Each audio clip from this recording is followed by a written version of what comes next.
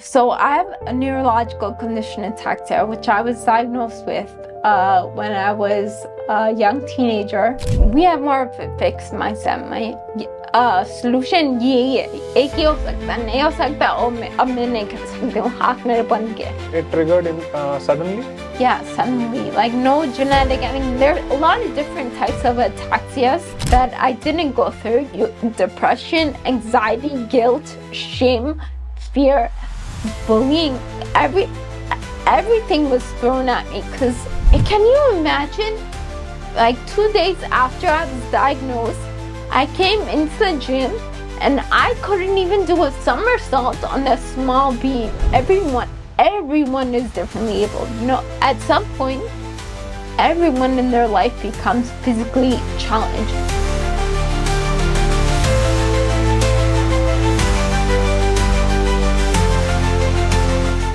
Hello everyone, my name is Pranav Vashisht and welcome to the Gut Feel Show. This is a podcast on mental well-being where we invite guests from all walks of life to discuss inspirational and transformational stories for you to have hope in life. Our today's guest is a life coach, motivation speaker, and a disability awareness activist. Alma Chopra was diagnosed with ataxia at 10 years of age. Today we discuss the work she does, the amazing awareness she is spreading, and her story when she was diagnosed with ataxia and the few years of trauma she went through and how she turned around her story and became what she is today. Keep watching till the end to know everything about Alma and her inspirational story. Like, subscribe and share. Thank you.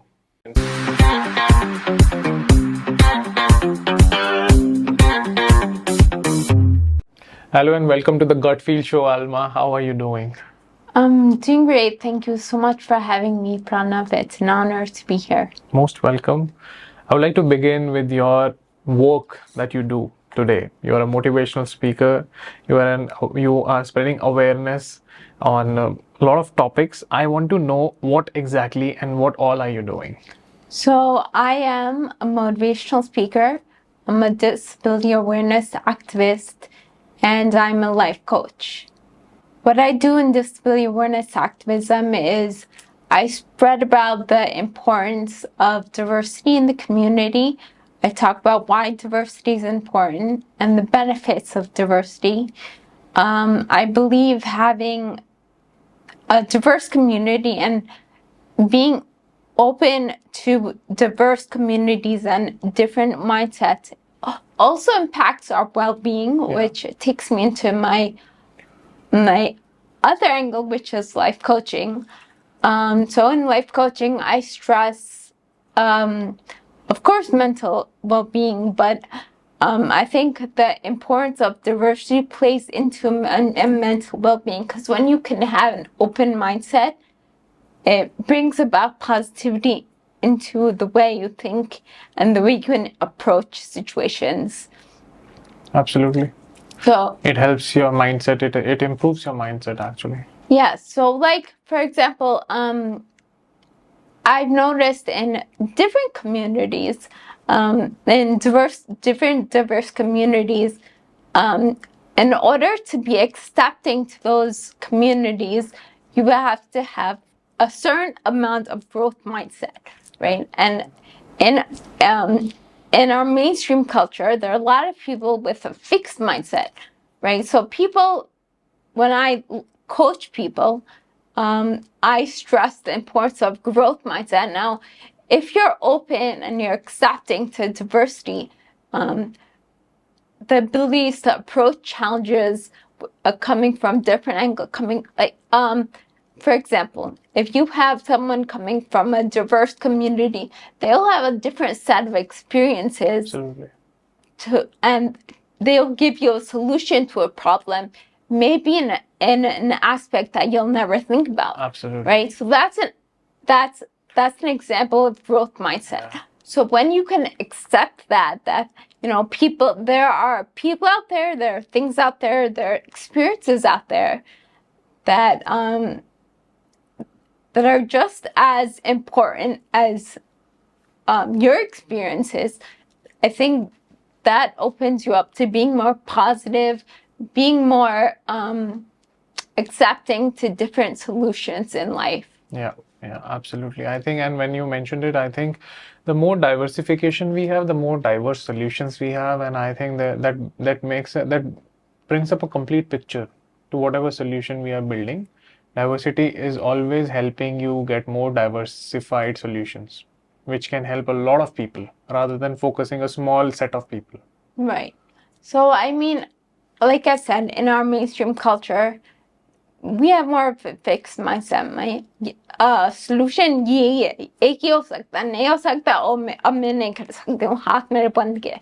No, but I think being open to different solutions, whether they can come from the right, the left, or up or down, I think that helps in just broadening our mind and knowing that, okay, if I can't tie a shoelace the way you tie it, okay, maybe there's a different way. And I think the way I relate this to communities is if I can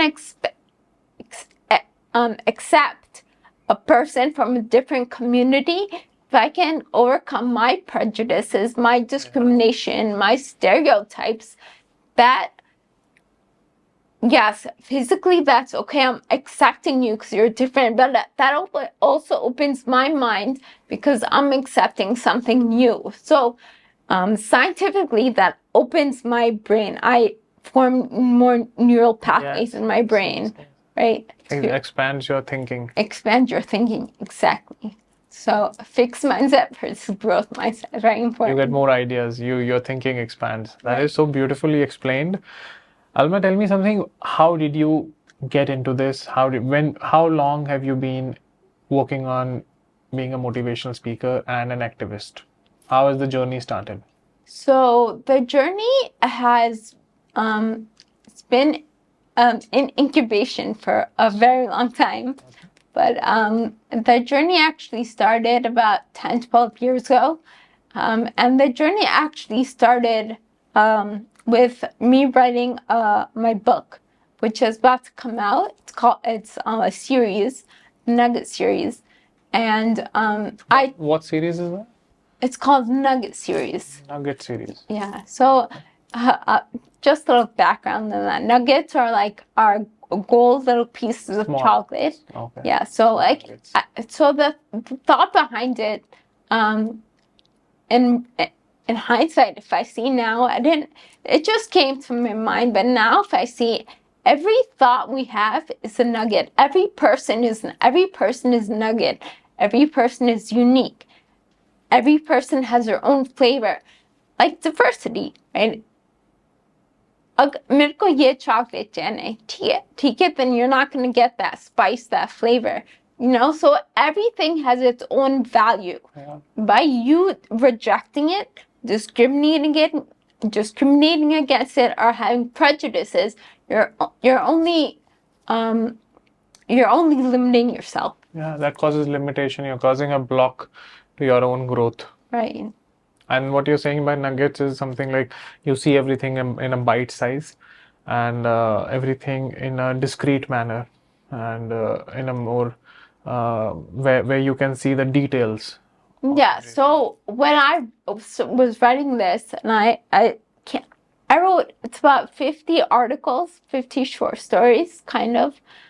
It's about the importance of self-reflection. Yeah. The importance of knowing who you are, like the importance of knowing who you are, so you don't get bombarded by what life throws at you. So this slowly drives into my life coaching. So like what I suggested about growth mindset versus fixed mindset. When I started writing the Nugget series, it's about knowing who you are, being so comfortable with yourself that you are so comfortable that you can automatically have growth mindset instead of being so worried about being a perfectionist or what society tells you that you're stuck in a fixed mindset. Yeah. Knowing exactly who you are and being comfortable with that. Those are the steps that I lay out throughout my 4 series. Breaking those paradigms and going beyond. Amazing. So it's been 10 to 12 years you've been working on So, no, like an incubation. So my journey started with writing. okay. I was writing for the first 3-4 years, And now it is being compiled. and now I'm compiling it and publishing it. So again, I wrote it in about three years, but then for the last like 8-10 years, it's been just hibernating. Now I'm bringing it to the limelight. Okay, that is great. And what do you suggest for the youth that is now getting into their first jobs and colleges and also facing all kind of, there are financial stresses, there are different things that people face once they come out of their shell, which is, let's say, after college maybe. You see the real world. So as a motivational speaker, do you have any suggestions for them to maybe improve in their mindset, or at least to reflect? I mean, I think being new at something is always difficult. Yeah. When you're a fresher going into the workforce for the first time, it can be intimidating. Just like when you go to high school, when you're in 9th grade, it's intimidating. New books, new classes, bigger. But I think knowing who you are and being comfortable with yourself, that is the main thing. Because when you go into a new setting, you are, by default, you're going to be bombarded, and you're going to have so many forces telling you to do this, to do that. You're not good enough. You have to do it this way, right? But when you're comfortable with yourself, you know that, okay, I've been well educated. I maybe got an A in my courses. I know what I'm doing. I'm a smart person. I think that helps you further. If from the get-go you're uncertain with yourself, that's going to just make you more uncertain, right? It's like your foundation. If you go into something with a solid foundation, then you're going to have a solid tower. But if you go into something with a shaky foundation, you're going to get a leaning tower of pizza, right? True. Yeah, that is very true. How you approach something, how deep you go into something is how it decides how your future will be. Yes. Also, tell me, as a disability awareness activist, how have things been? How is the society changing? Is the system changing? How are authorities approaching this? Or it is very difficult to convince people? How are things? I think that society is changing slowly and slowly. I think there still is a need of awareness in the society to accept people from diverse communities.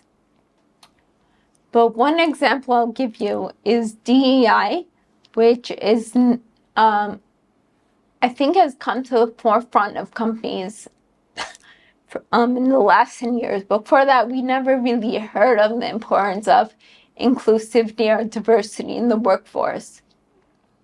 So I think the changes are coming, but they're very slow. And I just want to bring up that I am from abroad, and I know that countries like the US or even Australia, there are so many changes that are kind of mind-blowing in the diverse communities in terms of how society is accepting them and responding to people in diverse communities. I think relatively, I think India is slow. I think we are definitely lagging behind, but I think there is a global shift in awareness that has come. What do you see as the reason of being slow? Well, number one, population. I think India has a huge population that kind of prevents people from hopping on the bandwagon so quickly. Okay. Another thing, I think there's also social judgment and the constructs that we have about what we see as perfect and what we see as yes, definitely acceptable. I think that is something. I think in general, I think India Well, let's go back to your first question. Another thing I see that makes India lag behind is the I don't know what to call it, but like the status different. There's so many classes within India. I think because it's illiterate versus illiterate, right? There's not people from an illiterate status. They don't usually understand diversity and the importance of it. And when you have that's a large percentage of India, right? Yeah. Right? The poverty ratio here. When you have a lot of those people just looking down on people walking differently or walking with the cane or, looking differently. Judging it. Yeah, judging it just makes a difference in India's capability to grow. Yeah. Yeah. And I think also the word, they're working around the term, but I think disability is not the right word, is what is a debate going on. What is Pranav, I'm so glad you rose that issue. So I in this, because I work in this field, I've spoken to a lot of people about this word, and they're like, because in India it's technically called persons with disability. That's what the act is called. Or special. I have a problem with being called special, the word special, which is what the government has called it. But I know in Australia, they also don't call it disabled because they call it differently abled, which is a word that I picked up on a few years ago. Because look, you say you're disabled. I say I'm disabled. I'm putting the prefix dis in front of able. What does that mean? Let me ask you, when do you use the prefix dis? To cancel out on something like. Yeah, dislike, disinterest, disimbibe. To negate. Negate, and to make less. So, by calling me or calling someone or referring to someone as disabled, that's inherently negative. That's rude, and also that is something which is by default you're setting the perception that there is something wrong here. There is something which is not possible here. Yeah, something is lacking. Yeah. You are by default labeling it as a lacking thing. Exactly. So how can you accept acceptance? Right. Acceptance is something which people are already judging you on the lack. So I think the word differently abled is a better word, like you rightly said. Yes. So my vision with this NGO is it's a very, very large mission, and I know it's going to take a number of years, but my vision is to eliminate the word disabled in India, firstly, and across the globe. And for now, because there needs to be a distinction, right? Society right now is not ready to be all inclusive. LGBTQ, the disabled community, we're not ready to say, okay, everyone is one. We're all just children of God, just people, right? So I think right now, differently abled, I think that's a stepping stone to the ultimate goal, which is full inclusivity. Yeah. I think you also people should not be calling you as a disability awareness activist. It should be a differently abled awareness activist, because I think that is where fundamentally terms should start changing. It's a term that was forced on us. Yes. In the system, we grew up in the education system, it was loosely attached. People started picking up while they were growing in the education system. Then some awareness started coming in. Some people have started accepting and changing the term from disability to differently abled. In Hindi, they are calling it Divyang. The government also changed it somehow, somewhere. I think there is some work happening, but I think more and more awareness is needed, so that until and unless it is accepted in masses, then it does not impact. Yeah, but so yes, work is happening. So in the government, we have the Disability Act, which is called, and they say called it Persons with Disability, the government calls it Divyang, like you said. So related to special. So traditionally in the community Indian people call it either people in this community are special or they're disabled. The two extremes. And and the problem is they're both wrong, because one makes a person who can't walk or can't see or can't hear, one makes them special. I'll tell you, okay, so just like they're not disabled, right? They're not inherently weak, right? You're saying that species is inherently weak, which is not true. By calling them disabled, by calling them special, you're saying that those people are inherently something special about them. It is infusing sympathy. Yeah, exactly, infusing sympathy.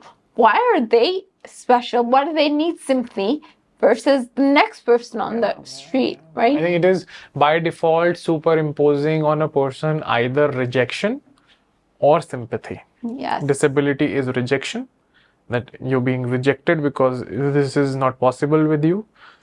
Or on the other end, calling them special is by default saying that you need to provide sympathy to them. Yeah. Both are weak stands. Exactly. Both of them are low stands where you are providing a stand of weakness. Whereas this, when you called it differently abled, it brings a stand of strength, where you mean to say that from every person who is abled here, these people have a different ability which you need to notice and maybe put it to a different outcome. Yeah, because Pranav, you look at just I don't know how to term this nicely, but you look at people without any physical ailments, right? And you look at physically challenged people. Physically fine, maybe they can't hear, they can't walk. But by default, when we have 5 senses. When you don't have a sense, your sense in another area is heightened to make up for that lacking, right? You have higher intuition. Exactly. So the person who doesn't have that physical challenge does not have that ability. So where's the equality, right? You're lessening the person with the physical challenge, but you're not seeing all the things they are capable of. Where actually the person who is able may not even have those abilities, right? So actually everyone is differently able.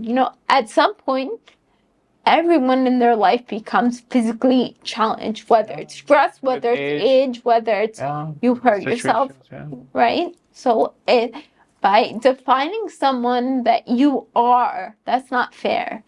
I think that is where more and more compassion is also needed in this society over empathy and some sympathy, because we need to have more and more compassion to see everyone with a unique set of skills. Everyone has like you rightly said, everyone has a unique set of skills. And if you can start to address and acknowledge those things, then a community becomes more inclusive and a more happy place. Exactly. I think that is how we should approach maybe the next generation, or how the future of India will grow, or the world is growing. It should have more inclusivity, have terms which are common across everyone. It should not be differentiated based on physical and mental differences. Right. It should be same. These terms should be same, because if you are the person or the authority that has the capability to define the term is doing injustice to society. Because they're putting a paradigm, they're putting a perception. They're putting a perception as a wall for other people to see now this set of people with this lens.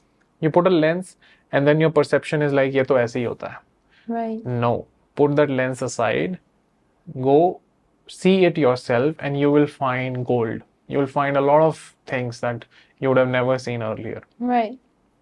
Alma, tell me about that right moment when the doctors, the expert, the neurologist told your parents about the condition. What was it? So I was just 10 years old, so everything wasn't disclosed to me. But I remember the specific day that I was basically kind of told what was wrong with me. So after they did all the evaluations and they talked to me and they did their assessments. I remember he took my parents into another room and he spoke to my parents, and I overheard him, because they ruled out the genetics and they ruled out a couple other things because I had a lot of tests done. And one thing I heard was that she has a mutant gene. She may have a mutant gene. That's why. Because my family is looking for answers.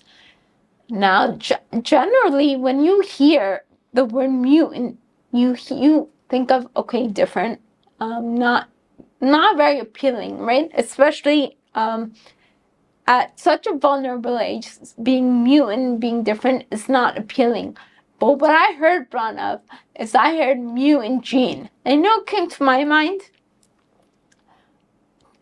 Immediately what came to my mind is the X-Men. Immediately what came to my mind was the Teenage Mutant Ninja Turtles. People who had mutations, but because of those mutations, they had superpowers. Yeah. Right? So that is immediately what came to my mind. And I think that was the seed of my resilience. And even though for a number of years, because the progression of my symptoms was relatively slow for the onset 5-7 years, I was in denial. Nothing is wrong with me. I will overcome this. But then slowly I was taken out of physical activities because I wasn't able to run anymore. I got winded more easily. So aside from all the physical limitations that slowly limited my abilities, there was a whole flux of emotional and mental hurdles that I went through. You must have faced a lot of psychological issues. Yeah, so I think there's not one mental or emotional difficulty that I didn't go through. Depression, anxiety, guilt, shame, fear, bullying, everything was thrown at me, because at the age when I was diagnosed, there was no awareness, so there was a lot of prejudice, a lot of discrimination, and then on top of it, you say, at my teenage years, and at your teenage years, that's when the people are the most brutal, the most judgmental. Why is she like this? Why is she like that? Why aren't you wearing these clothes? Why? So you got bullied in teenage? I got bullied all throughout my schooling. In the US? In the US, things, even in college, I remember I was bullied, but the way I handled it in college was I rose above it. And, instead of sulking in the fear and in the pain, which is what I would have done, and had I not been resilient and had I not had support, I, took a step, and I went to the dean and I said, okay, resolve this for me, but there's not one thing that I didn't go through and I didn't have to face. That's why I now want to stress that importance through life coaching, the importance of knowing that everything you have is in here. Don't let the people, the peers, the society, the media tell you who you are. Yeah. Whether whether you have a big waist, whether you're 4 feet tall, you're beautiful the way you are. Absolutely amazing. I think you are sent here for a purpose. I think the story that you have and the mindset that you have is amazing. Alma, also tell me about life coaching. What do you do in that? So I think life coaching is important because I think infusing someone with the ability and the confidence and saying, yes, I'm able and I can do it, I think that's really important, and that's why I started life coaching. Again, it ties into it started from this series that I started writing. It's about the importance of knowing who you are, right? So you can do, whether it's your work or your relations, you can do it more confidently if you know who you are, what my barriers are, what my boundaries are, what I can do, what I can't do. Then it'll bring you to a more mentally homeostasis level instead of always getting burnt out and stressed out. Yeah. Oh, I can't make this person happy. You'll first person you have to make happy is yourself. Yeah. You know, people in the culture nowadays, they're like, okay, I have to do work, and my boss is telling me I'm not good enough, and it's not good enough, but I have to do it, so I'm going to pull an all-nighter. But you don't understand that if you pull the all-nighter, especially as you grow older, sometimes the cons can outweigh the benefits, right? And if you get burnt out because you pull an all-nighter, you get stressed or something, what happens when you can't go to work? All that work that you're doing that your boss said wasn't good enough, that's going to become zero. You're not even going to have any work. So that's a little bit extreme. But the point is, it's different from therapy. Therapy is how you can improve yourself. What I focus on in life coaching is what you have and the strengths that you have. Like even a depressed individual, for example, a depressed individual will go into therapy and the therapist will tell him, okay, this is what you have, Freudian this, Freudian that. You have a problem with your father, you had a trauma when you were a kid, and this is why you have to take medication, right? It's about how to heal yourself.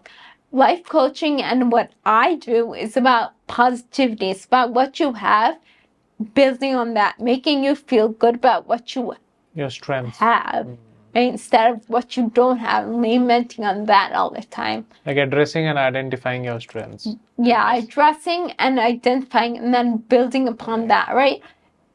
Look, everyone has strength, right? It's just that everyone has a strength. It's just that over time, as you get older, your responsibilities, everything pulls you away from that inner strength. And I just want to bring you back to that. Just bring you the confidence that you can do it. Yeah. So there's something that I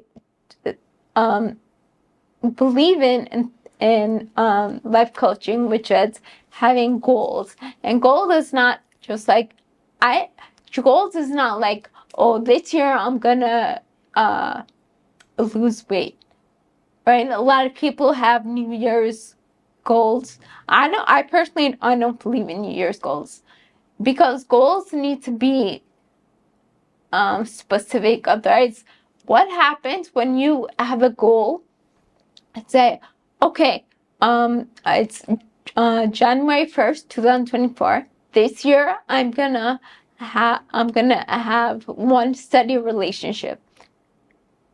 Okay, so now it's July. I haven't found that person to have a relationship with. You're going to feel bad about yourself. You're going to say, oh, I'm not pretty enough. I'm not attractive enough. So you have to set goals for yourself that are attainable. So I say having smart goals. So number one, you have to make your goals specific. Like small and specific.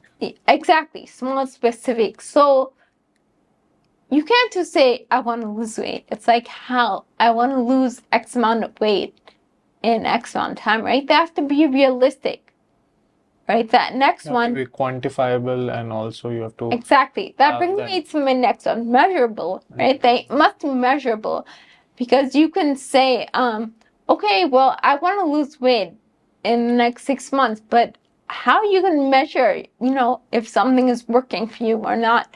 So for some people, going to the gym regularly works. For some people, dining works. For some people, it doesn't, right? So it has to be measurable. Yeah. And then the next one is attainable, right? Again, it's not setting those huge, big, whimsical fantasies. It's about setting goals that are within your reach. You have responsibilities, you have kids, you have job, you have, you have a commute to work. You have keeping those things in mind, what's really feasible. Yeah. Right? So, we have to keep all of that in mind, right? And obviously making sure the goals are realistic. More of slow and steady approach where you are slowly heading towards your goal and steadily upgrading yourself. Right. So, and then the T in SMART stands for time bound.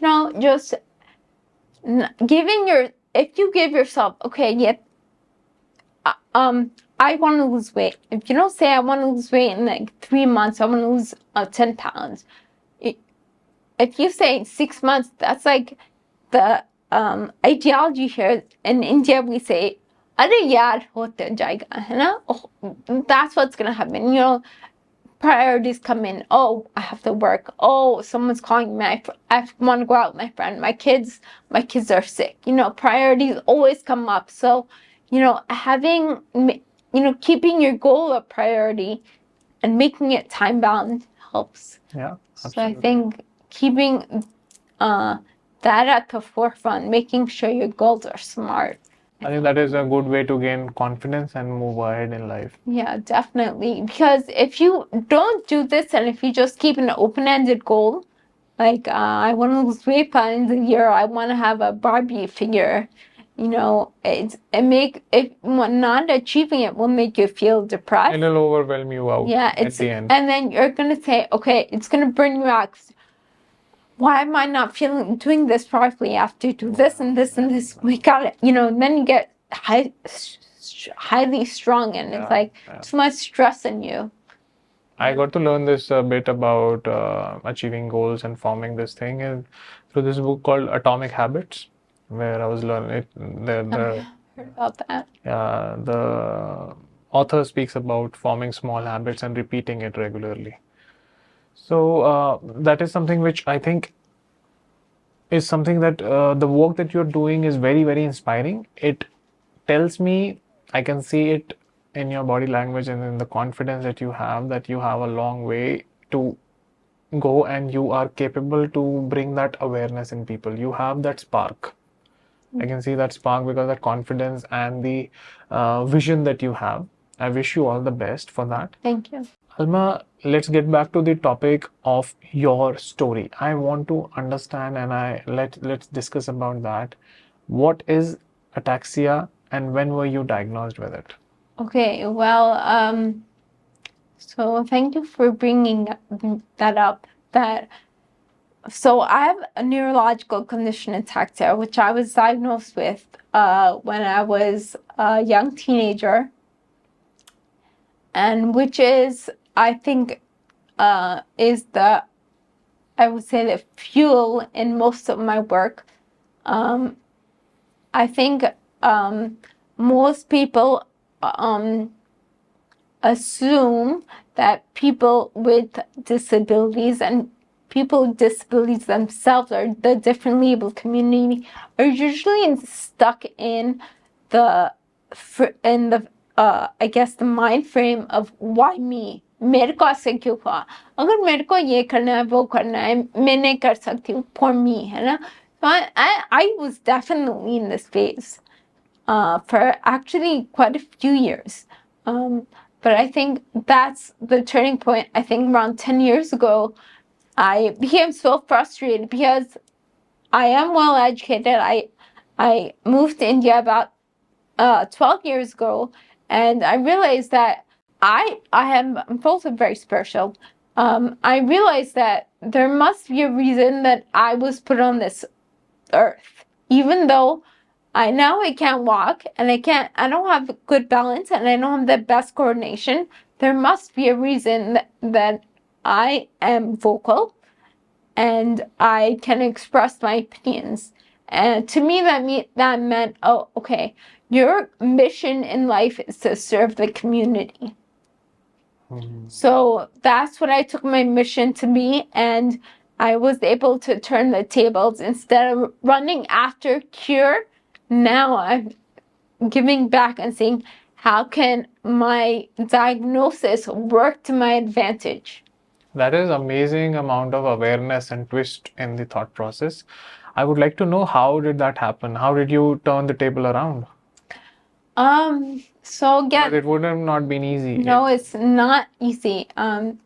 Having a diagnosis that's pretty devastating at an age where everything is about conforming, conformity.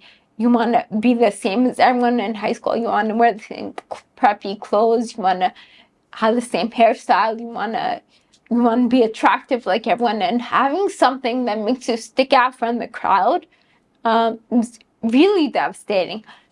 Just to give you some perspective, at the time I was diagnosed and I started experiencing my symptoms, I was a gymnast. And I remember I used to, as in the US at this time, I used to practice with the Junior Olympics team. And then I was diagnosed.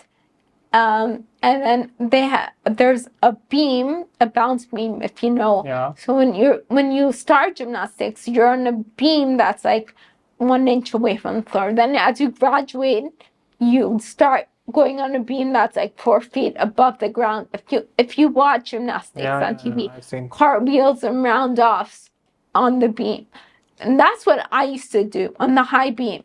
And you were doing all of that and then this suddenly changed? Yes. Can you imagine, like 2 days after I was diagnosed, I came into the gym and I couldn't even do a somersault on the small beam. I was so devastated. And now looking back, I think, यार 2 दिन ही था, मैं क्यों नहीं करा? मैं 1 हफ्ता पहले मैं करी थी. It was also the psychological effect that I got of being diagnosed that affected me. So can you explain me a bit about this, because this is something I want to know. So why did this need a diagnosis? What did something happen? So my parents started noticing like a sway like that. When I stood, I started swaying. Oh. And I started rocking back and forth. And at that time there wasn't an issue of my balance. I was able to walk perfectly So it was like you were dizzy. Yeah, that's what I was not dizzy, but that's what it looked like. So I was in motion. In motion, okay. Right? And then... And while this happened, before this, like just around this time, you were a gymnast and you were perfectly fine. I was an athlete. Perfectly fine athlete. Yeah, soccer, baseball, basketball. I was like, like a tomboy. That's kind of what I was. I don't want to boast, and I don't have any recollection, but I was pretty good because I remember people telling me, wow, you were training with the Junior Olympics team. Like the girls that you see on TV in competitions, that's what I was training with. Wow. And I remember just a few days after my diagnosis, going into the gym and not being able to do very easy things that I used to be able to do. And now, looking back, I realized I had what I had. It didn't happen overnight. So number one is, okay, my condition may have been progressing, but it was also like the psychological effects of, okay, now you're diagnosed. You have a problem. You have a neurological condition. So the diagnosis gave you a setback and it took you... Yeah, deeper. I think psychologically, already something is going on in your body. But I think I could have coped with that slowly. But the minute they looked at my MRI and said there's something wrong with you, I think, or whenever that happens to anyone with, when the medical people come in and say there's something definitely off. It's overwhelming. It's it affects you psychologically. I personally don't like this actually. What you're saying is something I also agree to. These diagnoses, when they come and declare something for the person who is the subject, it can be devastating. And if it is maybe 10%, it goes to 50, 60%. Yeah, there's definitely, which brings us back to psychology, but it's like, the placebo effect, right? Like anything. Dr. Joey Dispenza, he speaks about, I read his book Placebo and how it works. It's about the thoughts, Yeah, right? So just the doctor who's a figure of authority telling you, okay, she has a neurological condition that at age 18 she won't be able to walk anymore. Just by saying that, just by my virgin ears listening to that, even if I didn't know what it meant. It'll break you down, shatter you down. Somewhere, even I was a very resilient child. When I was diagnosed, for the first 5 years, I was in denial. I was like, nothing is wrong with me. I don't know what you're talking about, even though I had symptoms. But when a authority figure tells you that she's not going to walk after 18, she's not going to do this, she's not going to do that, does. Even if your ears don't understand it, your subconscious does. And it does have an effect in your brain. It does, 100% it does. What is this thing, ataxia? How does this happen? What is the reason?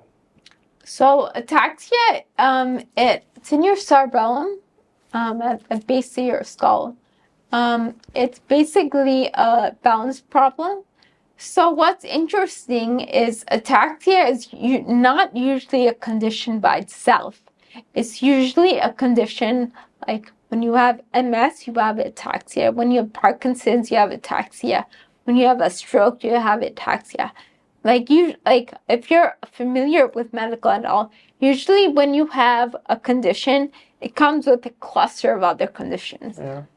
So so ataxia is not usually in isolation, it is not it's not in the driver's seat. It's usually a passenger. But what was interesting, the way they diagnosed me was cerebellar ataxia, which was in the driver's seat. So they couldn't find out why I got it. Ataxia was in the driver's seat. Yeah, it triggered him suddenly? Yeah, suddenly. Like no genetic, there are a lot of different types of ataxias. No one in the family has it? No.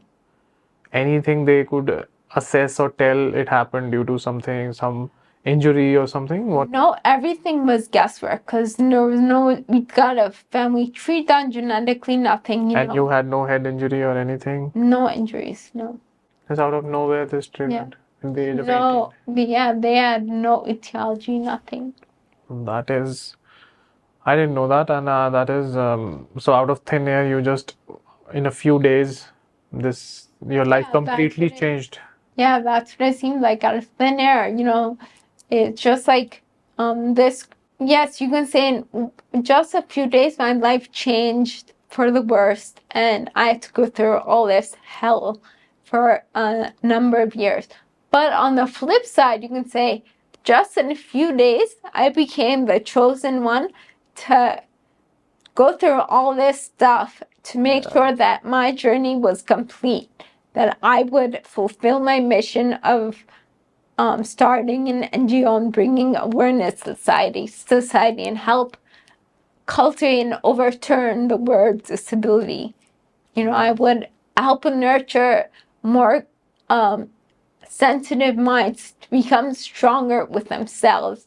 I would fulfill my mission to write this book that'll help hundreds of individuals. Wow. So there's always so many ways you can think about it. Again, it's like the fixed mindset versus growth mindset. I think initially it was definitely difficult for you. Of course. I think a few years you would have taken to cope up. Yeah, more than a few years. So did you take therapy, or did you do what helped you come out of this? Did you self-reflect or read books? What was helping you out? So I grew up in an age where and I was diagnosed at a relatively young age, preteen. So I was diagnosed when I was 10. I was in school, and so I didn't really know what was going on, and there was no prognosis, there was no cure, not much known about ataxia. Most doctors didn't even know what it was, right? We went to top research institutions across the US, only they knew. Others, like regular doctors, didn't know what ataxia was. So now the awareness of ataxia is growing across the globe, and definitely in the US. but then there was no answer, and even now there's no cure. So for me, the therapy that I got involved in was, of course, physical. So I went to physical therapy a couple of times a week. I went to speech therapy, not as often, but I do have speech impairments, so I needed help with that. As far as emotional and mental therapy, my catharsis was my poetry. So poetry writing was a hobby of mine that I started very early on. If I was diagnosed at 10, I cultivated it by age 12 or 13. And I used to spend hours and hours making poems, writing poetry. And I became so adept at it that I started winning awards. So it was It was your coping mechanism? It was my coping mechanism, and it was kind of self-rewarding because I won awards, which said, okay, I want to win more. So poetry became it became your release, or a space where you can at least do things and gain that confidence. Yes. So it was kind of like hitting two birds with one stone. It was therapy, but it was also a hobby. So that worked for me for quite a few years. Took me through all my schooling. So saved a lot of money from going to counseling, but which I actually didn't go to. Writing poetry. Number one was catharsis, cathartic. So it was an emotional release for me. It helped me become more resilient and become confident in myself.